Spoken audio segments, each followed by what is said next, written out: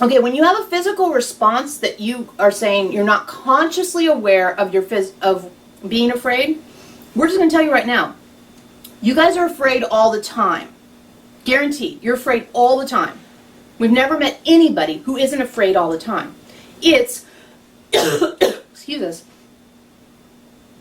are you doing this kind of fear, or are you doing these kind of fears? That's really the difference between somebody saying, I'm worried or anxious, and somebody saying, I don't seem to be afraid. It's because you're managing them. But every single one of you, we could think of a fear right now that you're having.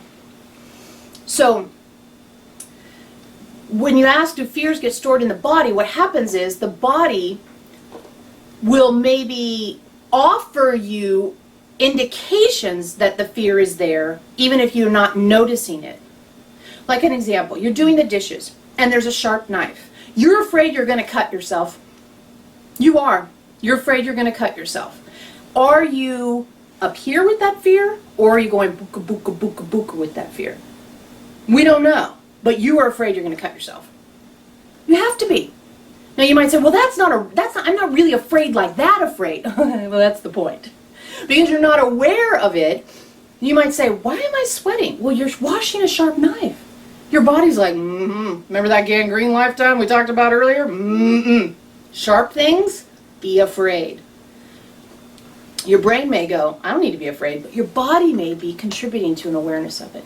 So this is a balance, right? There's a real balance that goes on here. And if you feel your body being afraid, ask yourself, what am I doing right now?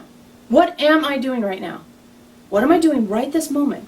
And see if you can create a dialogue between what the generating event is and the fact that your body's thrown up here, when maybe your awareness is still kind of down here someplace.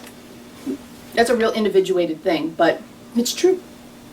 Yeah, and a fun thing to do, and definition of fun here, but a fun thing to do might be to ask yourself, what am I afraid of, over and over again throughout the day, to become aware of the reality of the fear you're in, not so that you freak yourself out and you go up here, so you can give yourself credit for being down here and realize, wow, I'm afraid all the time, but I'm not doing this thing. I'm doing this thing. And that builds that muscle. Because part of what has to happen is you build a muscle that's strong in boopa, boopa, boopa kind of dealings with fears, so that you don't think your only alternative is to go here when something very intense occurs.